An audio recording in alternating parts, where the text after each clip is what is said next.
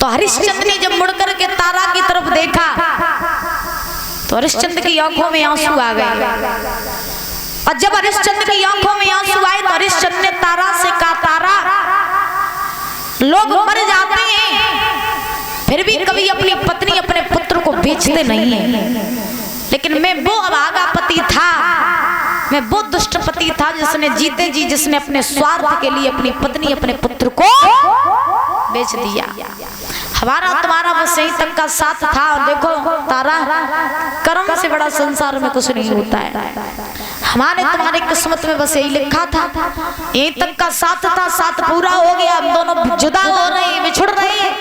मेरी बात सुनो, क्या कर्म चाहिए कछु करवाइले और होनी बड़ी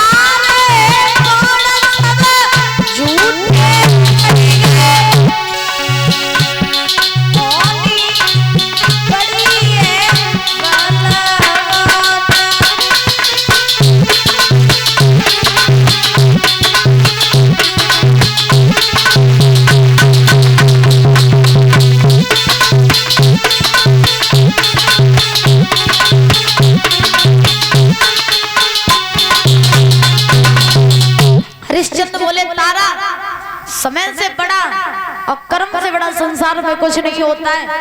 मैं बहुत दुष्ट पति था जिसने जीते जी अपने पत्नी अपने पुत्र को बेच दिया। हमसे कोई भूल हुई हो तो मैं क्षमा कर देना तारा। और सुनो, पांच जाकर के अच्छे से रहना, मेरी याद मत करना और मेरे पुत्र को अच्छे संस्कार देना। इतना कह करके हरिश्चंद्र कालू मित्र के यहाँ गए, जाकर के जल भरने का काम करने लगे। तारा ब्राह्मणी के यहाँ पर भोजन बनाने का काम करने लगी। कालू मेहता ने हरिश्चंद्र के भोजन के लिए एक दुकान नियुक्त कर दी और कहा कि ये हरिश्चंद्र, जब तुम्हें भूख लगा करे तो तुम इसी दुकान पर आया करना, इसी दुकान से भोजन करके तुम अपनी भूख मिटा लिया करना। हरिश्चंद्र बोले ठीक। अब परीक्षित जी हरिश्चंद्र जैसे ही भोजन करने के लिए बैठते तो विश्वामित्र कहीं कुत्ते का रूप बना लेते, कहीं बिल्ली का रूप बना लेते और नाना प्रकार के रूप बना करके हरिश्चंद्र के सामने बैठ जाते। तो हरिश्चंद्र को दया आ जाती तो हरिश्चंद्र को भोजन खुद नहीं करते, विश्वामित्र को करा देते। ऐसे धीरे धीरे हरिश्चंद्र ने एक दिन नहीं, 2 दिन नहीं, पूरा 1 महीना हो गया हरिश्चंद्र ने भोजन नहीं किया। अब आप सोचो कि जो व्यक्ति 1 महीने तक भोजन न करे उसकी दशा क्या होगी। हरिश्चंद्र ने 1 महीने तक भोजन नहीं किया, शरीर जर्जर हो गया, कमजोर स्थिति हो गई। एक दिन कालू मेहतर ने कहा, ये लो घड़ा, जाओ जाकर के नदी से जल भर ला। हरिश्चंद्र ने घड़ा लिया, लेकर के चल करके एक नदी पर पहुंचे। घड़ा तो भर लिया लेकिन शरीर में इतनी शक्ति नहीं है जो घड़ा को उठा सके। हरिश्चंद्र ने ताकत लगाई, घड़ा नहीं उठा, और ताकत लगाई, घड़ा नहीं उठा, और ताकत लगाई, घड़ा नहीं उठा। और जब घड़ा नहीं उठा सोई हरिश्चंद्र थक के बैठ गए और रोने लगे और भगवान से प्रार्थना करने लगे, हे प्रभु काऊ ऐसे को भेज दो जो मेरो जो घड़ा उठवाए देवे, क्योंकि अगर मुझे थोड़ी सी देरी हो गई तो मेरे मालिक मुझे बहुत मारेगो।